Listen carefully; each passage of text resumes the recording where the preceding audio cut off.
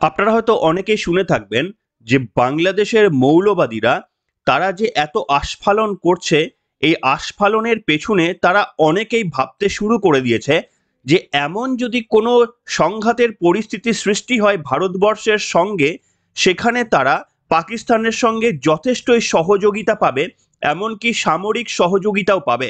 আপনারা দেখেওছেন কেউ কেউ যে পাকিস্তান থেকেও বিভিন্ন মিডিয়াতে এবং অনেকে অতি উৎসাহিতরা তারা বলতে শুরু করে দিয়েছেন যে আমাদের দেশে অর্থাৎ পাকিস্তানের যা যা পরমাণু অস্ত্র রয়েছে সেগুলো সবগুলোই বাংলাদেশের জন্য ব্যবহার তারা করতে পারবেন।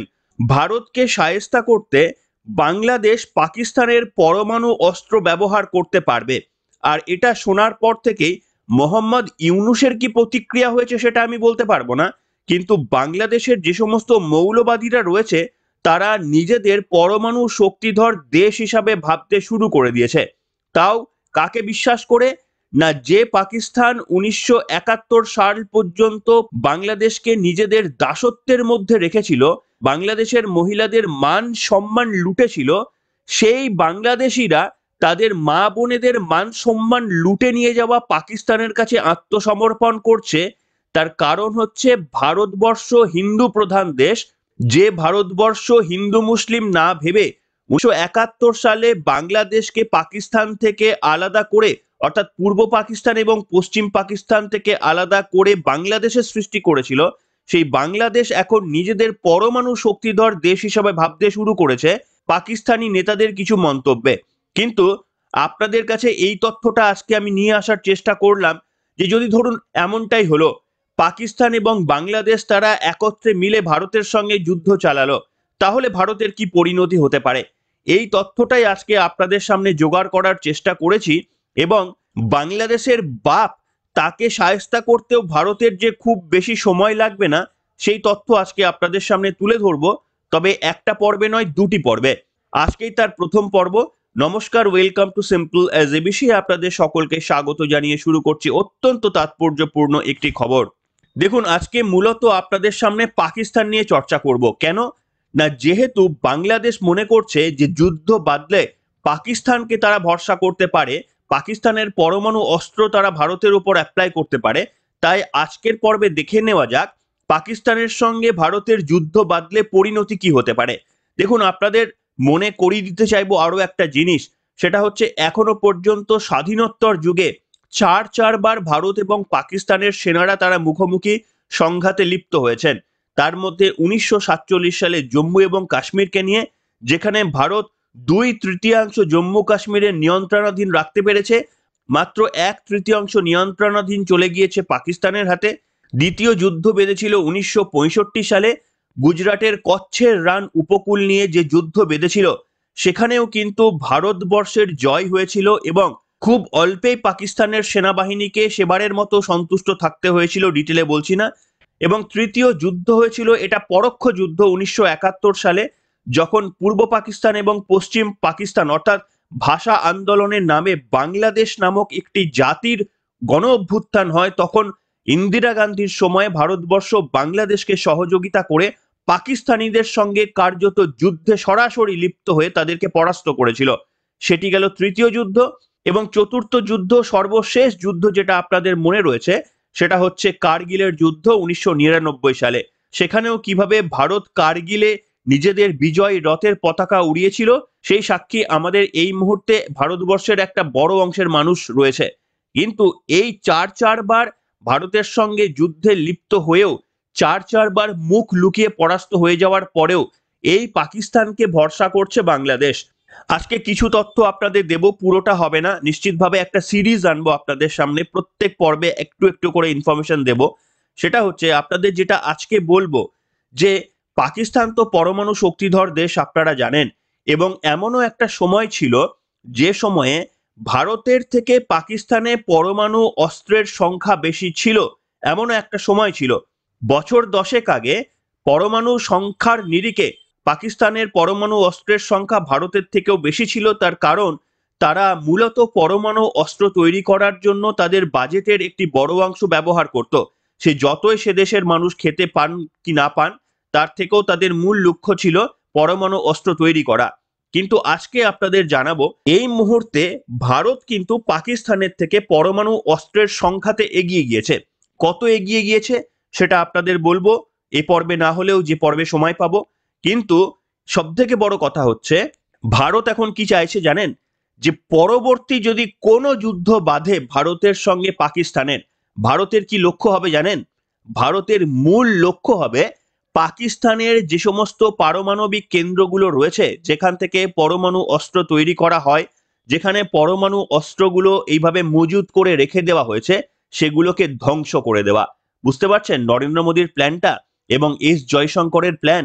তারা কিন্তু কোনোভাবেই নিজে থেকে যুদ্ধে জড়াবে না, কিন্তু যদি কখনো এই ধরনের যুদ্ধ পাকিস্তানের সঙ্গে বেঁধে যায়, তাহলে ভারতের মাস্টার প্ল্যান হচ্ছে পাকিস্তানের পারমাণবিক কেন্দ্রগুলো এবং যেখানে এই পরমাণু অস্ত্রগুলো রয়েছে সেগুলোকে ধ্বংস করে দেওয়া। নিশ্চিতভাবে আপনারা বলতেই পারেন যে এই তথ্য আমি কোথা থেকে পেলাম, নাকি গাঁজাখুরি গল্প আপনাদের সামনে বলছি, তার তো একটা প্রমাণ আপনাদের দেখাতে হবে। আসুন আপনাদের প্রমাণ একটা দেখাই।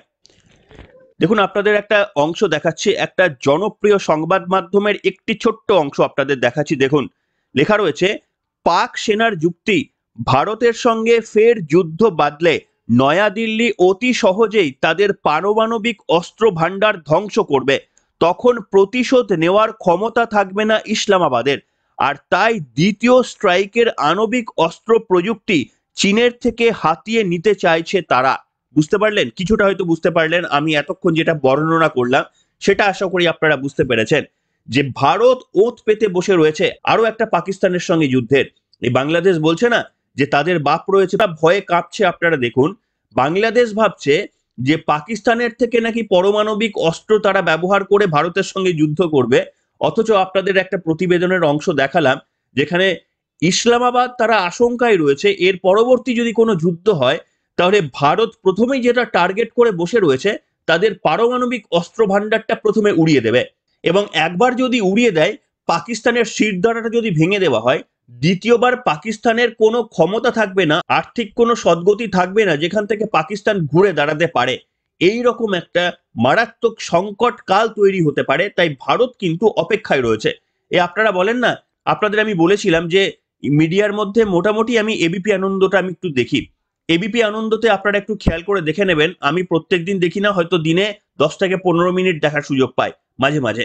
আমি যেটা বলছি আপনারা মিলিয়ে নেবেন যে যে কোনো টক শোয়ে এবিপি আনন্দতে একটাই কথা বলা হচ্ছে যে ওপার বাংলা থেকে মৌলবাদীরা বলছে তারা ভারতের দিকে এগিয়ে আসে টিআরপি বাড়ানোর জন্য, মানুষকে খেপানোর জন্য, বিজেপি বিরোধী মনোভাব তৈরি করার জন্য তারা যা কিছু বক্তব্য বলতেই পারেন, সেটা তাদের ব্যক্তিগত ব্যাপার এবং সেটা তাদের কর্পোরেট পলিসি।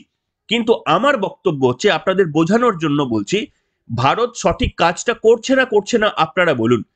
যে এবিপি আনন্দ বলছে যে কেন ভারত কিছু বলছে না, সেই এবিপি গোষ্ঠীর আনন্দবাজার পত্রিকার অংশ আপনাদের দেখালাম, তারা বলছে, তারা প্রকাশ করেছে যে ইসলামাবাদ এই মুহূর্তে চীনের কাছে কার্যত আত্মসমর্পণ করেছে, কখনো কখনো আবার ব্ল্যাকমেল করছে চীনকে, যাতে করে পাকিস্তানকে আরো যেন পারমাণবিক শক্তিতে শক্তিশালী করা হয়, যাতে করে ভারতের সঙ্গে তারা যুদ্ধে এঁটে ওঠে।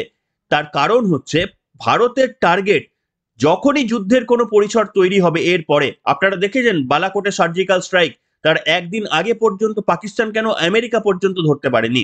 তাই যখনই কোনো এরকম সুযোগ আসবে, প্রথমে ওই নিউক্লিয়ার ভান্ডারটাকে উড়িয়ে দেওয়া, এটাই হবে নয়াদিল্লির প্রথম টার্গেট। পাকিস্তান ভয়ে কাঁপতে শুরু করেছে এবং এই কাঁপার ফলে তারা কি করছে জানেন? প্রথম কথা হচ্ছে এই কাঁপার ফলে তারা একদিকে যেমন চীনের কাছে দীর্ঘদিন আত্মসমর্পণ করে বসে রয়েছে যে ভাই আমাদের দেশের সবকিছু তোমরা ব্যবহার করো, সড়ক পথ, জলপথ, বন্দর সবকিছু তোমরা ব্যবহার করো, এর পরিবর্তিতে আমাদের সুরক্ষা প্রদান করো, আমাদের টাকা দাও, আমাদের মানুষকে খাওয়া দাওয়ার ব্যবস্থা করে দাও, আমাদের রাস্তা বানিয়ে দাও, আমাদের সামরিক অস্ত্র কম দামে সেগুলো দাও, এমনকি সামরিক প্রযুক্তিও যদি আমাদের সাপ্লাই করো সেগুলো আমরা বানাতে পারবো। এইভাবে আত্মসমর্পণ করেন। এবং আপনারা এটুকুও জানেন যে যে চায়না জিনিসের কতটা বিশ্বাসযোগ্যতা রয়েছে। এবং আমি আমার মেমোরি থেকে যেটা স্মরণ করতে পারছি, এই মুহূর্তে প্রমাণ দেখাতে পারছি না, সেটা একটা দীর্ঘ প্রতিবেদনে শেখ হাসিনা যখন ক্ষমতায় ছিল তখন আমি একটি খবর দেখেছিলাম যে শেখ হাসিনা চীন থেকে যে সমস্ত অস্ত্র ভান্ডার কিনেছিলেন সেগুলো নিয়ে তারা যথেষ্টই অসন্তুষ্ট। তার কারণ সেগুলো এক্সপেক্টেডলি পারফরমেন্স করেনি।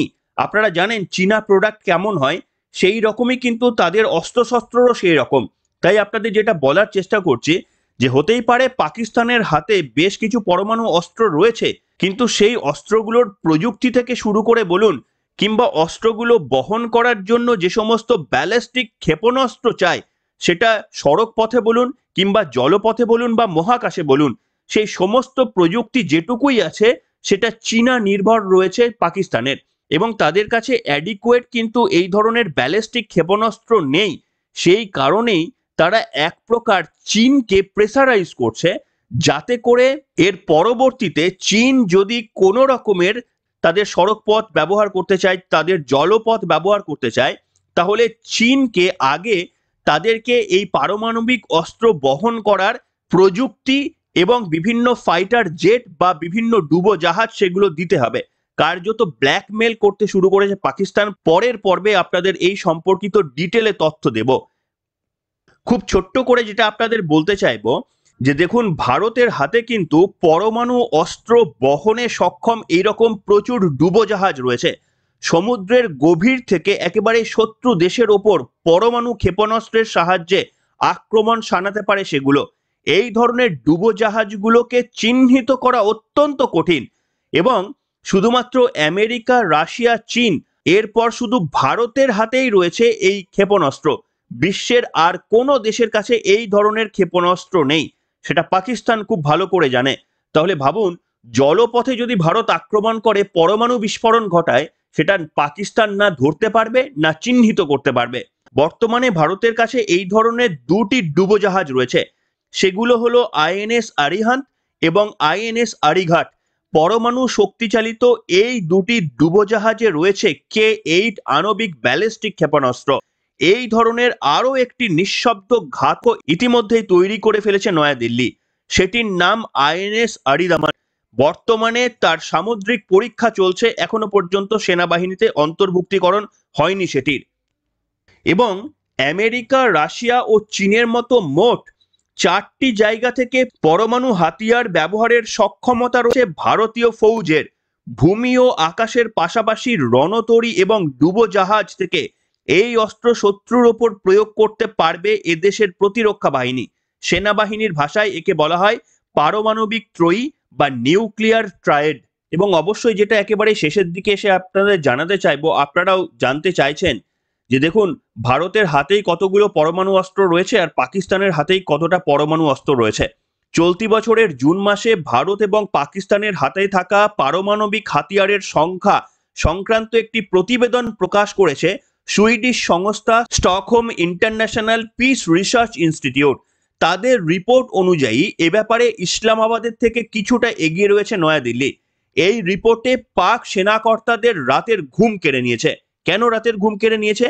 না, ওই রিপোর্ট স্টকহোম ইন্টারন্যাশনালের দাবি যে 2024 সালের জানুয়ারি মাসে, অর্থাৎ একেবারে লেটেস্ট তথ্য, সেই হিসাব অনুযায়ী ভারতের হাতে যেখানে রয়েছে 172টি পরমাণু অস্ত্র, সেখানে পাকিস্তানের হাতে রয়েছে 170টি। একবার ভালো করে ভেবে দেখুন যে আপনাদের মনে হচ্ছে হয়তো মাত্র 2টি পরমাণু অস্ত্রতে এগিয়ে রয়েছে ভারত। এখানে দুটি এক্সপ্লেনেশন। আপনারা যদি বছর 10-এরও আগের হিসাব নিতেন, সেখানে দেখতেন যে পাকিস্তানের কাছে যেখানে 170টির কাছাকাছি পরমাণু অস্ত্র রয়েছে, ভারতের কাছে সেই সময় ছিল হয়তো 100টা বা 110টা, পাকিস্তানের থেকে অনেক কম ছিল। এবং এই বিগত কয়েক বছরেই মাত্র ভারত পরমাণু অস্ত্রের সংখ্যা দ্বিগুণ করে ফেলেছে, যেটা পাকিস্তানকে ছাপিয়ে গিয়ে এখন 2টি বেশি। আর এই তথ্যটা জানার পরই কিন্তু পাকিস্তান চমকে উঠেছে। প্রথম চমকানোর কারণ হচ্ছে যে ভারতের পারমাণবিক অস্ত্র সেটা কতটা শক্তিশালী সেটা পাকিস্তানও বুঝতে পারে। দ্বিতীয়ত হচ্ছে, পরমাণু অস্ত্র তৈরি করলে তো আর হবে না, সেগুলো তো আর কেউ হাতে করে ছুড়বে না, সেগুলো বহন করার জন্য ব্যালিস্টিক ক্ষেপণাস্ত্রটা বানাতে হবে। আর সেই ব্যালিস্টিক ক্ষেপণাস্ত্র জল থেকে, আকাশ থেকে এবং ভূমিতে, এই তিনটিতেই ভারতের হাতে যা যা যুদ্ধ যন্ত্র রয়েছে, সেগুলো সাবমেরিন বলতে পারেন কিংবা ফাইটার জেট বলতে পারেন, অর্থাৎ 3টি দিক থেকেই ভারত সেই ক্ষেপণাস্ত্র পাকিস্তানে চার্জ করতে পারে। আর এই রকম 3 দিক থেকে শক্তিশালী পাকিস্তান নয়।